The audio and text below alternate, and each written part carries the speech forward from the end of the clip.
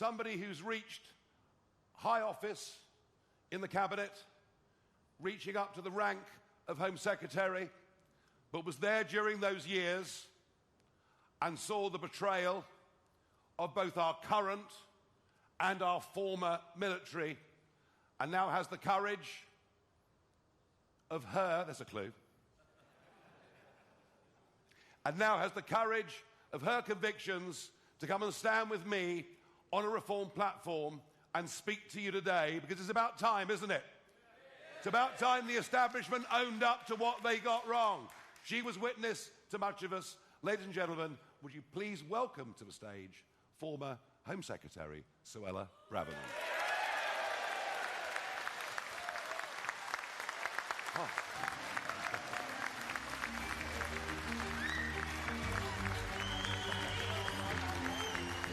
Right, it's all yours. I will be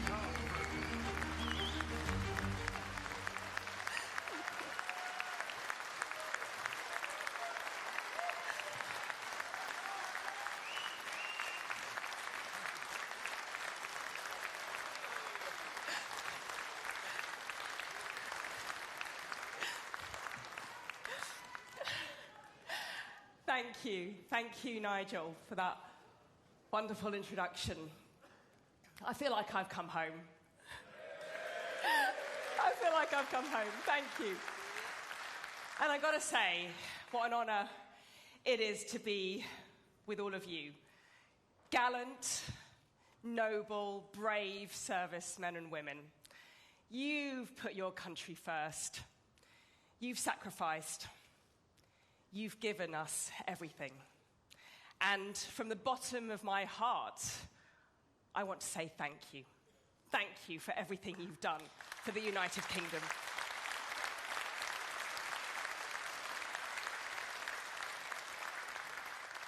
Now, you didn't do that for applause. You didn't serve your country for reward.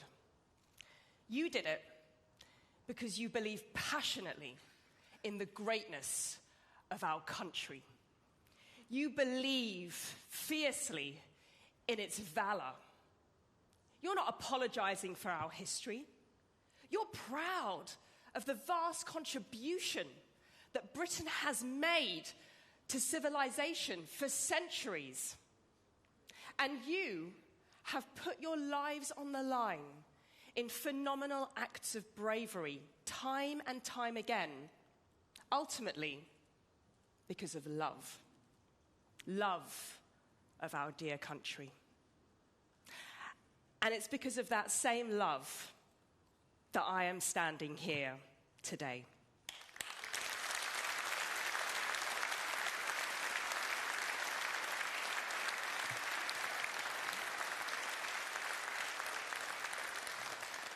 I too share that love of our country. I inherited it from my parents.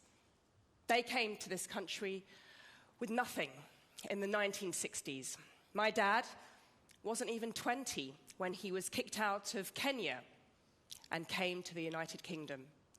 My mother was an 18-year-old girl when she was recruited by the NHS in Mauritius. They came here and they devoted their lives to the service of this country because of gratitude. Gratitude for the stability and the opportunity that this country gave them. And when a country gives you everything, like it has done me, you owe it loyalty.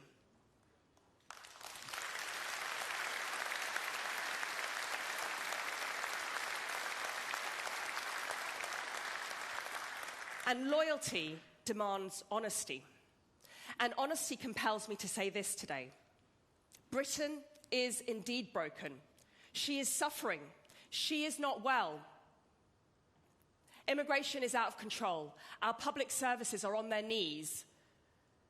People don't feel safe. Our youngsters are leaving the country for better futures elsewhere. We can't even defend ourselves, and our nation stands weak and humiliated on the world stage. So we stand at a crossroads. We can either continue down this route of managed decline to weakness and surrender, or we can fix our country, reclaim our power, rediscover our strength. I believe that a better Britain is possible. And because I believe that is possible, today I'm announcing that I resign the Conservative whip.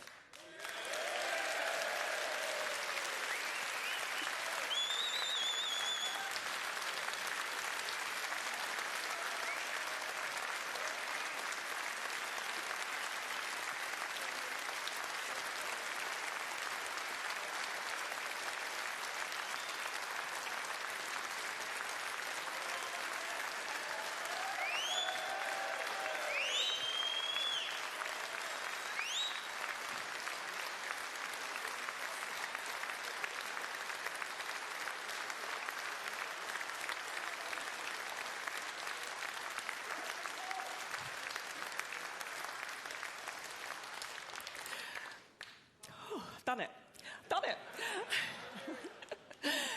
I resigned the Conservative and my party membership, a party membership of 30 years. It's gone.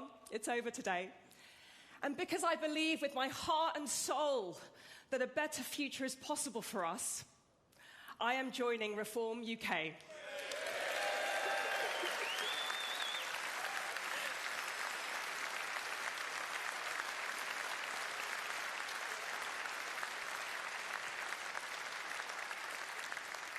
And I will sit as the Member of Parliament for Fareham and Waterlooville, representing this great party, Reform UK, with immediate effect.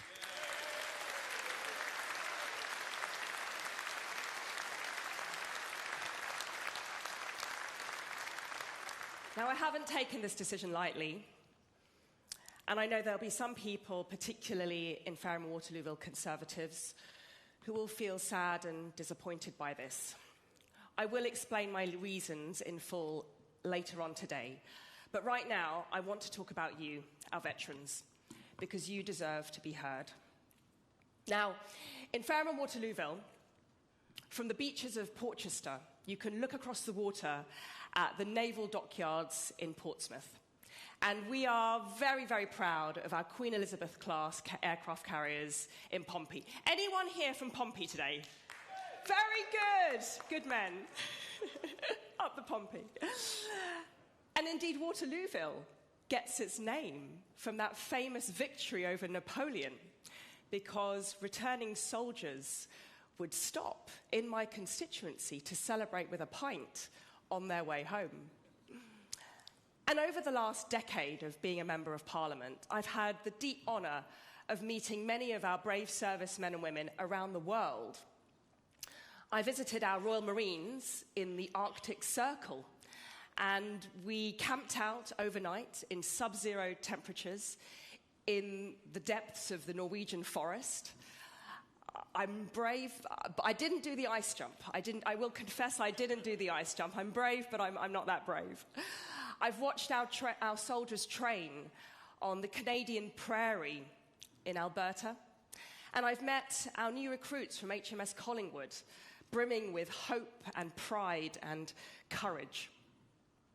And in Fareham and Waterlooville itself, there are thousands of veterans.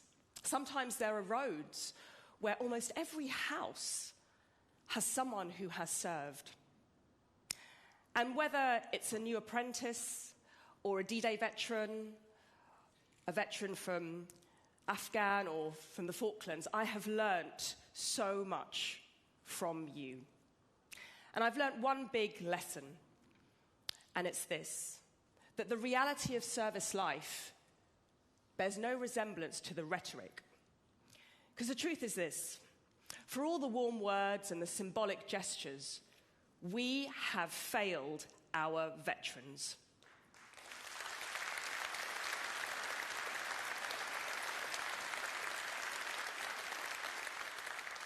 I've met too many veterans whose housing just isn't good enough. Why? Because MOD is broken, DIO doesn't work, and service family accommodation is not good enough.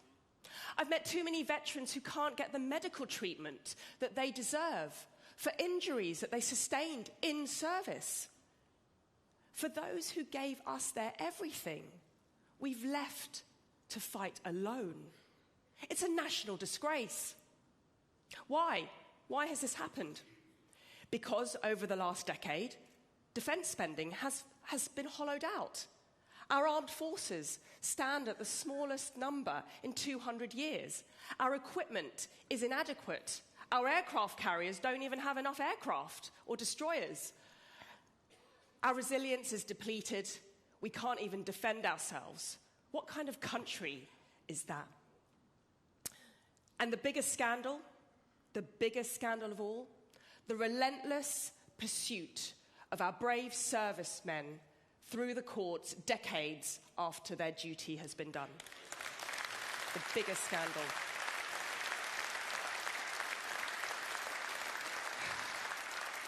Men who fought terrorism, men who protected us from the IRA, hounded through the courts on spurious prosecutions for doing their duty.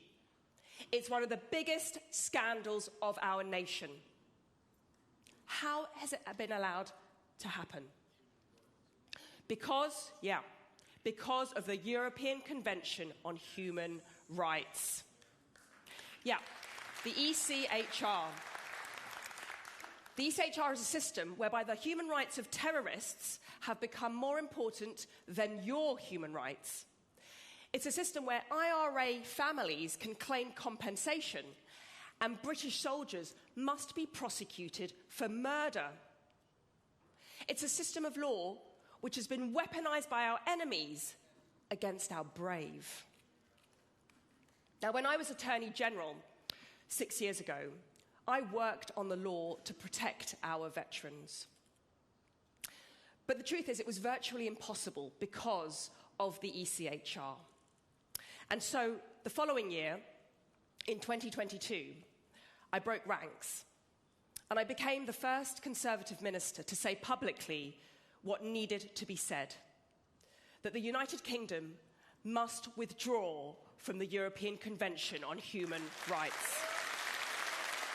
Yeah.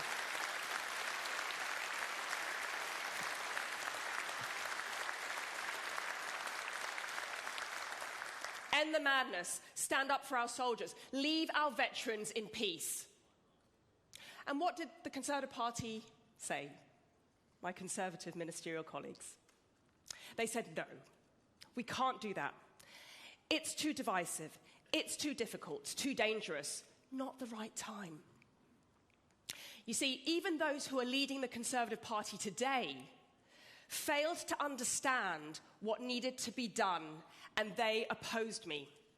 You see, when it mattered, when we had the majority, when we had the power, indeed when we had the duty, the Conservative Party utterly failed to do the right thing for the British people.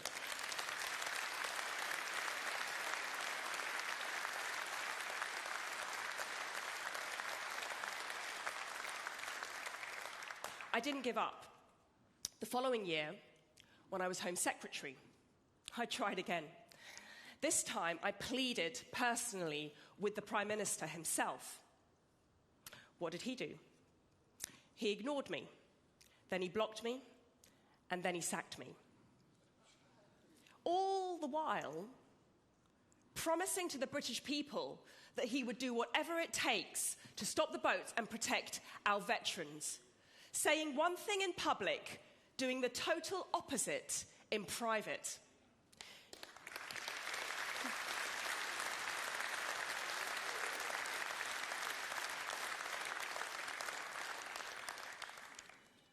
And as my friend Robert Jenrick has found, that's the great tragedy with the Conservative Party.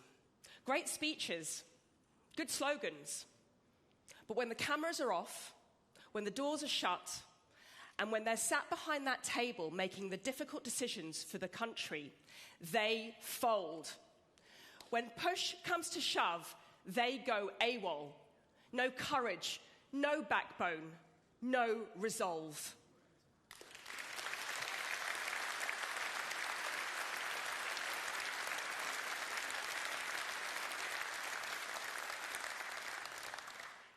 even today, their so-called promise to leave the ECHR. It's a lie. It's a lie.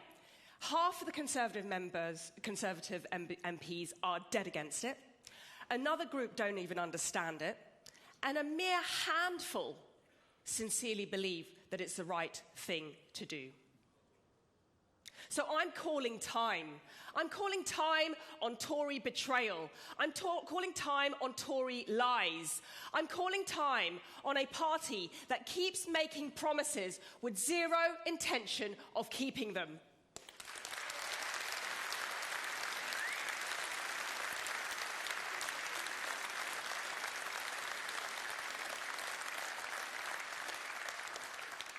I tried my best. I tried privately, politely, nicely. I can be nice. They ignored me.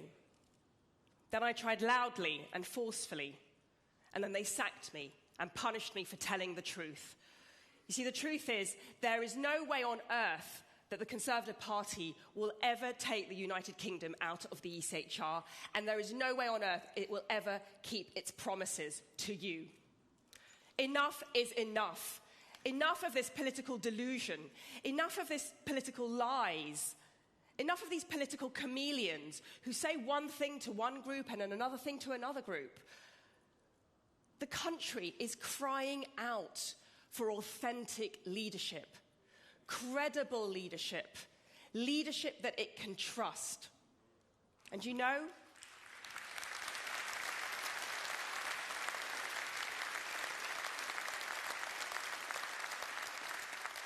how you can tell if someone is authentic and credible?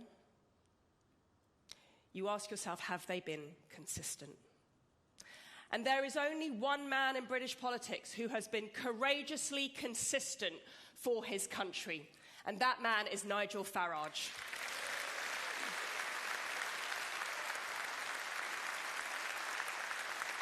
It's true. It's true.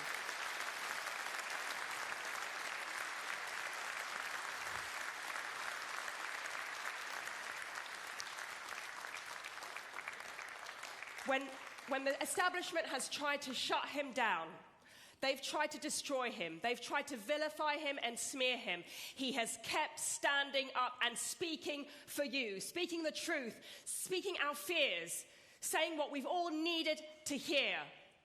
He's not backed down in the face of vicious onslaught, vicious vitriol and backlash. When Nigel Farage said that the country was at breaking point because immigration was out of control, the establishment tried to smear him and demonize him. But he was proven right, and the British people backed him. When Nigel Farage said that the EU was destroying democracy, the government tried to shut him down. But he was proven right, and the British people backed him. And today, when Nigel Farage is the only political leader with the backbone to say that Britain is broken and Reform UK will fix it, the mainstream parties are doing everything they can to destroy him. But you know what? They won't do it. Because Nigel Farage is right, and the British people are backing him. Thank